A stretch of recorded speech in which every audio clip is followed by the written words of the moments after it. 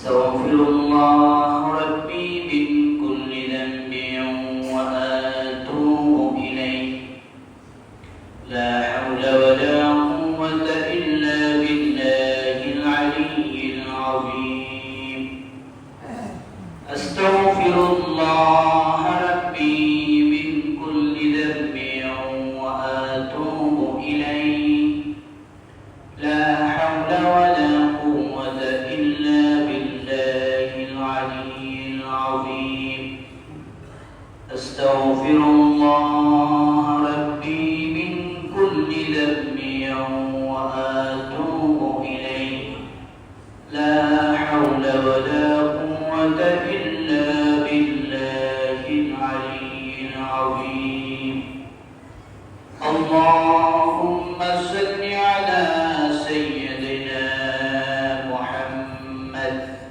وآله وأصحابه وسلم اللهم صل على سيدنا محمد وآله وأصحابه وسلم اللهم صل على سيدنا محمد وآله وأصحابه وسلم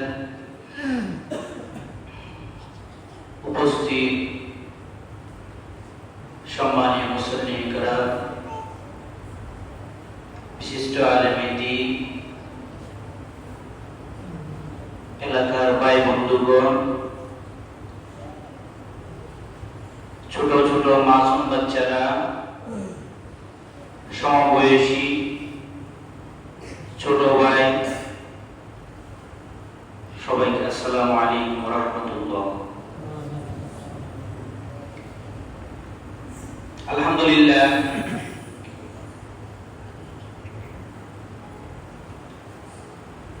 আমরা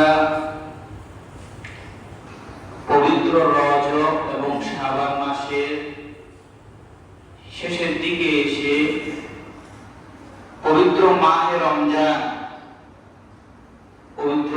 রমজানের জন্য অপেক্ষা করতে করতে ইনশাআল্লাহ আমরা রমজানের একদম প্রান্তিক সময়ে এসে পৌঁছেছি।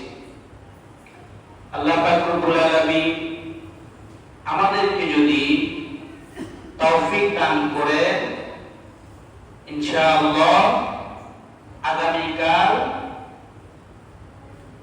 রমজানে চাঁদ দেখা যাবে। তো আমরা এই রমজান মুসলমানদের জন্য অন্যতম একটা ফরজ, মানে যেটা মুসলিম দাবি করলে আমাদের সামনে যদি এই রমজান মাস আসে তাহলে আমরা রোজা পালন করতে বাধ্য, যদি আমরা মুসলমান দাবি করি। যদি মুসলমান দাবি না করি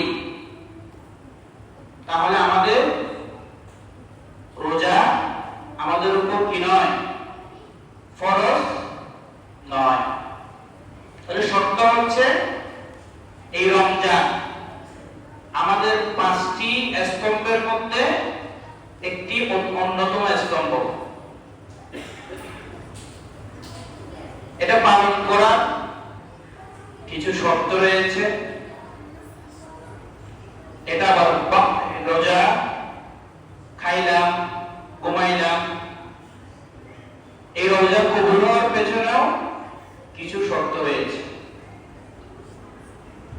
সেজন্য রাসূল পাক সাল্লাল্লাহু আলাইহি ওয়াসাল্লাম রমজান শুরু হওয়ার পূর্বে 2 মাস আগে থেকে রমজানের প্রস্তুতি নেওয়ার জন্য বলেছেন।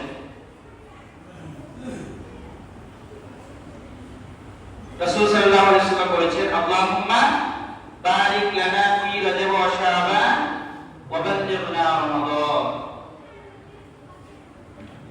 তো এখন রমজান মাসে প্রস্তুতি আমরা 2 মাস আগে থেকে এই জন্য নিব, এই রমজান মাস আমাদের জন্য যেন কষ্টসাধ্য না হয়, আমাদের অন্তরে যেন আল্লাহর প্রতি বিদ্বেষ তৈরি না হয়। কিভাবে এই রোজা থাকবো আমরা? বিভিন্ন জন বলেছেন আমরা রোজা পালন করছি, এটা না, আমাদেরকে জানতে হবে এই রোজা রাখার পেছনে আমাদের স্বাস্থ্যগত, ধর্মীয় কি উপকার রয়েছে। ধর্মীয় বলতে গেলে এই রমজান হচ্ছে আমরা আল্লাহর জন্য, এই রমজানের প্রতিদানও আমাদেরকে কে দিবেন? আল্লাহ দিবেন।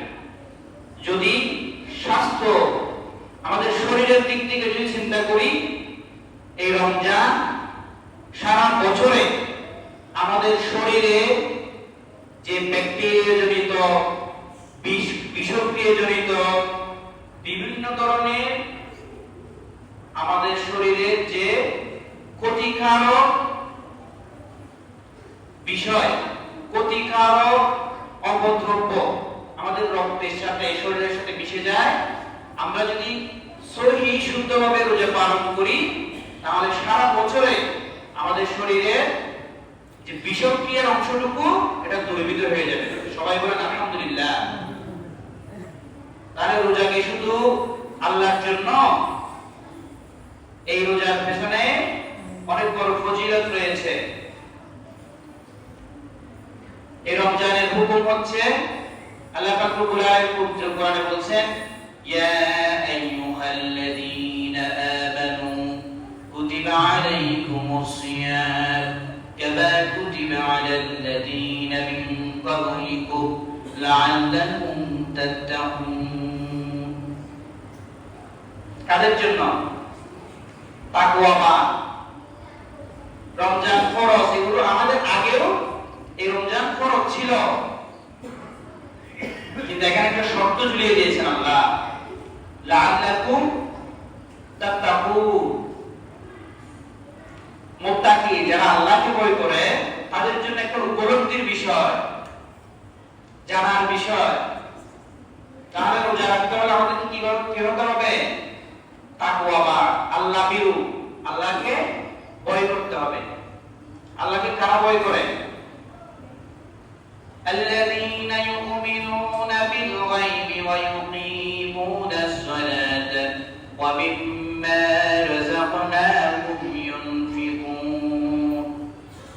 কারা ভয় করে আল্লাহকে? الذين يؤمنون بالغيب, যারা অদৃশ্য, যারা আল্লাহকে দেখে নাই, আল্লাহর নবীকে দেখে নাই, এই অদেখার উপর ঈমান আনা ব্যক্তিরা হচ্ছে আল্লাহ ভীরু।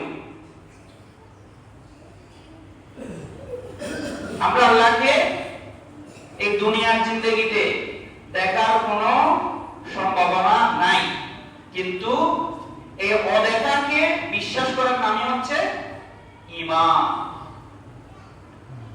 তাহলে রোজা আসছে কাদের জন্য? তাকওয়াবানদের জন্য। আর তাকওয়াবান কারা? যারা আল্লাহর প্রতি, আল্লাহ এবং আল্লাহ রাসূলের প্রতি, ফেরেশতার প্রতি, আসমানি কিতাবের প্রতি ঈমান এনেছে, তাদের জন্য হচ্ছে তাকওয়া। তাহলে একটার সাথে একটা সূত্র না? তাহলে এই রোজা আমরা যারা এই রোজা, পবিত্র রমজান পালন করার নিয়ম করেছি, আমরা যেন শুধুমাত্র না খেয়ে, পানাহার না করে আমাদের রোজাটা যেন ওই রকম না হয়। আমাদের রোজাটা কি রকম হতে হবে? রমজানে কিছু সুন্নাহ রয়েছে, যেমনটা আগামীকাল যদি আল্লাহ পাক রব্বুল আলামিন রমজান মাসে চাঁদ দেখার সুযোগ দেন, প্রথম সুন্নাহ হচ্ছে রমজানে চাঁদ দেখা। কি করতে হবে? রমজানের চাঁদ দেখে আল্লাহর কাছে শুকরিয়া করতে হবে, প্রথম রমজানের সুন্নাহ। দ্বিতীয়ত হচ্ছে তারাবি। তারাবি হচ্ছে সুন্নাতে মুআক্কাদা। কিছু কিছু উলামায়ে কেরাম, মুফাসসিরিনে কেরাম এটা ওয়াজিব হিসেবে গণ্য করেন। সুন্নাত মুআক্কাদা বলতে গেলে ওয়াজিবই বলা যায়, বাধ্যতামূলক। রমজানকে পরিশুদ্ধ করার একটা হাতিয়ার হচ্ছে কি? তারাবি। তো ইসলামিক ফাউন্ডেশন থেকে একটা নির্দেশনা দিয়েছে, সারা বাংলাদেশের মসজিদে যেন 27 দিন পর্যন্ত যেখানে খতমে তারাবি করা হয়, সব মসজিদে যেন 27 রমজান পর্যন্ত খতমে তারাবি করা হয়। আর প্রথম 6 রমজান 1.5 পারা করে, তাহলে কয় পারা? 9 পারা না, 3 পারা আমরা এগিয়ে যাব। এখন যদি ঢাকার একটা মসজিদে যদি আমাদের মতো করে খতমে তারাবি পড়ানো হয়, আপনি কোনো কাজে ঢাকা গিয়েছেন অথবা চট্টগ্রাম কোনো দূরে কোথাও গিয়েছেন, তাহলে আপনার খতমে তারাবি ছুটার সম্ভাবনা থাকবে না। এটা ইসলামিক ফাউন্ডেশন থেকে একটা যুগ উপযোগী একটা সিদ্ধান্ত। তাহলে আমরা আল্লাহ পাক রব্বুল আলামিন যদি আগামী কালকে চাঁদ দেখার সুযোগ দেন, চাঁদ রমজানের চাঁদ উঠে, তাহলে আমাদের এই মসজিদে ইনশাআল্লাহ প্রতি বছরের মতো খতমে তারাবি হবে। দুইজন খুব ভালো মানের হাফেজ বিগত বছরের পর তেলাওয়াত করিয়েছেন। ইনশাআল্লাহ দুইজন হাফেজ এই সিস্টেমে তেলাওয়াত করবেন। প্রথম 6 দিন 1.5 পারা করে 9 পারা, আর পরবর্তী সময়ে 1 পারা করে করে খতমে তারাবি 27 রমজান, 26 রমজান, 27 দিবাগত রাত্রি খতমে তারাবি শেষ হবে। তাহলে এখন আমরা এই পবিত্র কোরআনে পবিত্র রমজানে অন্যতম, এই রমজান দামি হওয়ার পেছনে অন্যতম একটা কারণ হচ্ছে এই পবিত্র কোরআন। আল্লাহ পাক রব্বুল আলামিন বলেন, ইন্না আনজালনাহু ফি লাইলাতিন মুবারাকাহ ইন্না কুন্না মুনজিরিন। ইন্না আনজালনাহু ফি লাইলাতিন মুবারাকাহ, লাইলাতুল মুবারাকা বলতে লাইলাতুল কদরকে ইঙ্গিত করেছেন। এই পবিত্র রজনীতে পবিত্র কোরআন নাজিল হয়েছে। এই পবিত্র কোরআন কার কালাম? আল্লাহর কালাম। এই রমজানে অন্যতম কয়েকটা আমলের মধ্যে সর্বোত্তম বলতে গেলে কোরআন তেলাওয়াত। তা আমরা অনেকেই সহি শুদ্ধভাবে কোরআন তেলাওয়াত করতে জানি না। আমরা কি করব? হযরত ওমর রাদিয়াল্লাহু তাআলা আনহু থেকে খতমে তারাবি, আগে তারাবি পড়া হতো যে যার মতো কোনায় দুইজন একজন করে বিশৃঙ্খল পরিস্থিতির কারণে ওমর রাদিয়াল্লাহু তাআলা আনহু 20 রাকাত তারাবি সিস্টেম করে খতমে তারাবি কি করেছেন? সিস্টেমটা তৎকালীন সময় থেকে এটা বিরাজমান ছিল। তার ওমর রাদিয়াল্লাহু তাআলা আনহু আমাদেরকে এই আদেশটা দিয়ে গেছে। তাহলে আমরা যারা পবিত্র কোরআন তেলাওয়াত করতে জানি না, খতমে তারাবির মাধ্যমে আমরা এই পবিত্র কোরআন শোনার মাধ্যমে এক খতম কোরআন তেলাওয়াতে সওয়াব কে দিবেন? আল্লাহ। সুযোগ আছে কিনা? একদম ফ্রি। আসবেন, শুনবেন, সওয়াব পাবেন। কিন্তু শর্ত আছে, এই পবিত্র কোরআন যখন তেলাওয়াত করা হবে, আল্লাহ পাক রব্বুল আলামিন বলেন, ওয়া ইযা কুরিয়াল কুরআন ফাসতামিউ লাহু ওয়া আনসিতু লাআল্লাকুম তুরহামুন। যখন কোরআন তেলাওয়াত করা হবে, ফাসতামিউ শব্দের অর্থ হচ্ছে শুধু শোনা না, নীরবে ওয়ানসিতু, একদম পিনপতন নিঃশব্দে আপনার পবিত্র কোরআন তেলাওয়াত শোনাটা ওয়াজিব, ফরজ, আল্লাহর আদেশ। ওয়া ইযা কুরিয়াল কুরআন ফাসতামিউ লাহু ওয়া আনসিতু লাআল্লাকুম তুরহামুন। যখন পবিত্র কোরআন তেলাওয়াত করা হবে, তখন তোমরা শ্রুতি মধুরভাবে শুনতে থাকো এবং চুপ থাকো, যেন তোমাদের উপর আল্লাহ পাক রব্বুল আলামিনের রহমত বর্ষিত হয়। কার কথা? وَإِذَا قُرِئَ الْقُرْآنُ فَاسْتَمِعُوا لَهُ وَأَنصِتُوا لَعَلَّكُمْ تُرْحَمُونَ। কি সুন্দর সুযোগ! এই পবিত্র কোরআন আমরা জানি না, শোনার সুযোগ আছে কিনা? আছে। রমজানে মসজিদ সকাল সন্ধ্যা রাতেও যদি সুযোগ থাকে খোলা থাকবে, আপনারা আসবেন, ইবাদত করবেন। রমজানে যদি কেউ কারো যদি ফ্যান চালাইতে মন চায় চালাইয়েন, কিন্তু এখানে আসে ইবাদত করবেন, মসজিদের আদব রক্ষা করবেন। আসলে একটু শান্তির জন্য গল্প গুজব বললেন এখানে মসজিদে বসে আরেকজনের এই সমালোচনা করলেন, এটা করিয়েন না। আসবেন ইবাদতের জন্য আসবেন, আল্লাহর সন্তুষ্টি অর্জনের জন্য আসবেন, এমনি দরকার নেই। এগুলো সবগুলো শর্ত হচ্ছে মুসলমানদের জন্য, ঈমানদারের জন্য, মুত্তাকিদের জন্য।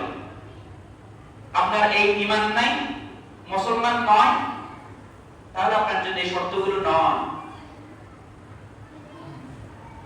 আপনি রোজা রাখা অবস্থায় যদি ঈমান পরিত্যাগ করেন, আপনি যদি অন্য ধর্মে চলে যান, তাহলে আপনার এটাও একটা রোজা ভঙ্গের কারণ, ধর্ম পরিত্যাগ করা। তাহলে আমরা রমজানে, এই পবিত্র রমজানে প্রত্যেকদিন খতমে তারাবি শোনার জন্য ইনশাআল্লাহ আমরা মসজিদে উপস্থিত থাকব। সবাই বলেন ইনশাআল্লাহ। ইনশাআল্লাহ শব্দের অর্থ হচ্ছে আল্লাহ চাইলে, আল্লাহ যদি আমাদেরকে তৌফিক দেয়, আল্লাহ যদি আমাদেরকে, আল্লাহ আমার চাওয়াকে যদি আল্লাহ রাজি হন, তাহলে এটা একটা হচ্ছে দোয়া। আল্লাহ সন্তুষ্টির জন্য ইনশাআল্লাহ বলবেন, কোন একটা সৎ কাজে আল্লাহ ওই কাজে বারাকা দান করবেন। তাহলে আমরা রমজানে এশার নামাজ কয়টায়? 7:30টায়, 4:30টায়। তাহলে আমরা ইফতার করে বেশিক্ষণ বিশ্রাম নিব না। বেশিক্ষণ বিশ্রাম নিলে আমাদের শরীরে অলসতা চলে আসবে। রমজানে একটু পরিশ্রম হবে। এই রমজান হচ্ছে আমাদের জন্য আল্লাহর কাছ থেকে, জাহান্নামের আগুন থেকে মুক্তির অন্যতম একটা সময়। এখন আগেকার যুগে তো মানুষের হায়াত ছিল 500 বছর, 600 বছর, 1000 বছর ছিল না। আমাদের হায়াত তো কম। তাহলে আমাদের হায়াতে জিন্দেগি ইবাদতকে পরিপূর্ণতা লাভ করার জন্য এই রমজান হচ্ছে আমাদের জন্য বিশাল একটা সুযোগ। এই রমজানের পবিত্র শবে কদর একটা রাত্রি হাজার হাজার শত শত বছরের থেকে ওরা আরো দামি করে দিয়েছেন কে? আল্লাহ। আমরা যারা মুহাম্মদ রাসূলুল্লাহ সাল্লাল্লাহু আলাইহি ওয়াসাল্লামের উম্মত দাবি করব, তাহলে রাসূল সাল্লাল্লাহু আলাইহি ওয়াসাল্লামকে অনুসরণ করতে হবে কিনা? যারা আল্লাহকে ভালোবাসবে তাদেরকে আল্লাহ রাসূলকে অনুসরণ করতে হবে, কোনো ওয়ে নেই। কুল ইন কুনতুম তুহিব্বুনাল্লাহা ফাত্তাবিউনি ইউহিব্বুকুমুল্লাহ। কুল ইন কুনতুম তুহিব্বুনাল্লাহ ফাত্তাবিউনি ইউহিব্বুকুমুল্লাহ। কাকে অনুসরণ করতে হবে? আল্লাহ রাসূলকে। ফাত্তাবিউনি, আমাকে অনুসরণ করুন। ইউহিব্বুকুমুল্লাহ, আল্লাহর যদি ভালোবাসা, আল্লাহর প্রেম যদি পেতে হয়, আমাদেরকে কাকে অনুসরণ করতে হবে?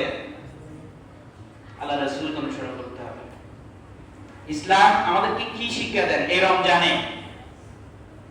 রমজানে আমরা চাঁদ দেখবো, তারাবি করব, সেহরি খাবো, ইফতার করব, ঠিক আছে?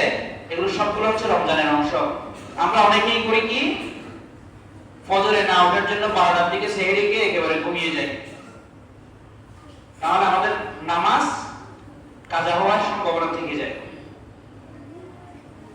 সেহরি খেতে হচ্ছে শেষ সময়ে। আল্লাহ রাসূল সাল্লাল্লাহু আলাইহি ওয়াসাল্লাম কি রকম বৈজ্ঞানিক ছিলেন দেখেন। সেহরি খেতে হবে সুবহে সাদিকের পূর্বে, একদম শেষ সময়ের দিকে। ধরেন প্রথম রমজানে সেহরি শেষ টাইম হচ্ছে 5টা পর্যন্ত, আমরা আমাদের শেষ টাইম করব সর্বোচ্চ 4:58 পর্যন্ত শেষ সময়। আপনি যদি আধা ঘন্টার কারণে যদি পরবর্তী ইফতারে আপনার কষ্ট হয়ে যায়, তাহলে রমজানের প্রতি আপনার অনীহা তৈরি হওয়ার সম্ভাবনা থাকবে। আর ইফতার করতে হবে তাড়াতাড়ি।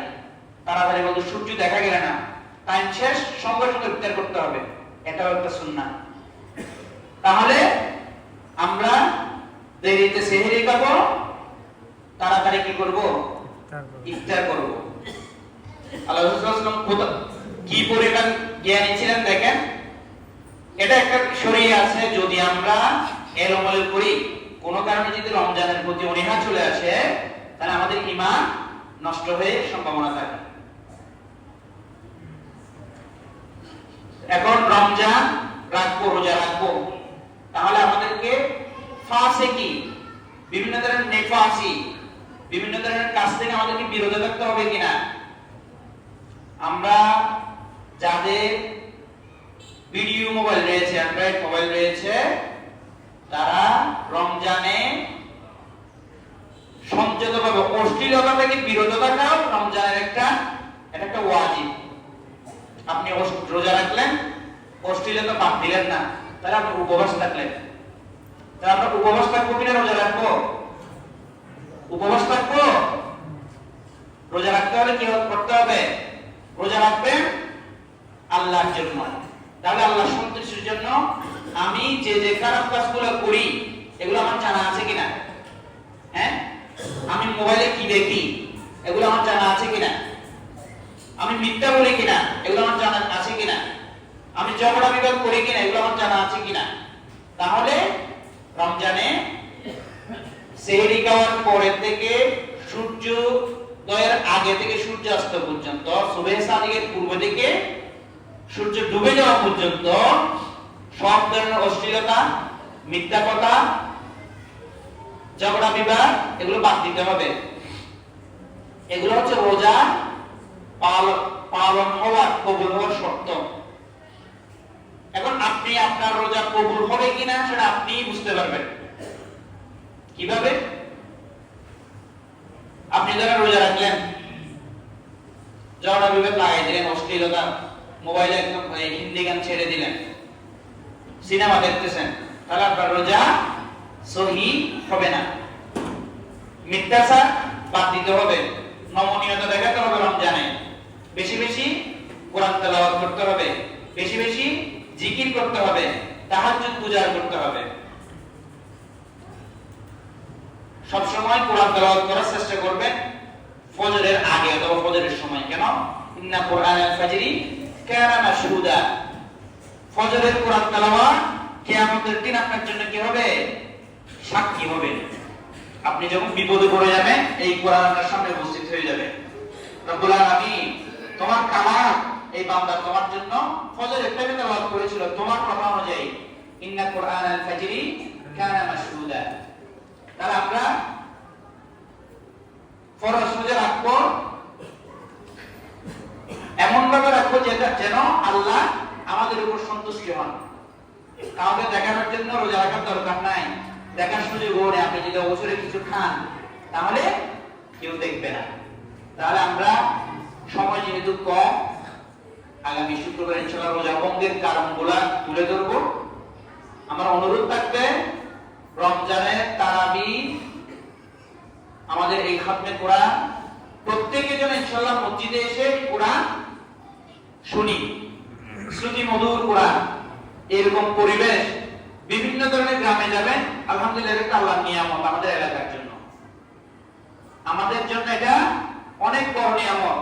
আমাদের জন্য আজকে থেকে কয়েক বছর আগেও এই পরিবেশ ছিল না। কত সুন্দর মসজিদে আসলে মন ভরে যায়। তাহলে আমরা মসজিদে আসবো, কোরআন শুনবো, জিকির করব, নামাজ করব।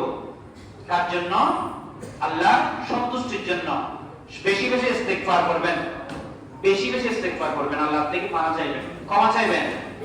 আপনি বুঝতে পারবেন আপনার শরীর, আপনার অন্তর কি হয়ে যাবে? পরিশুদ্ধ হয়ে যাবে।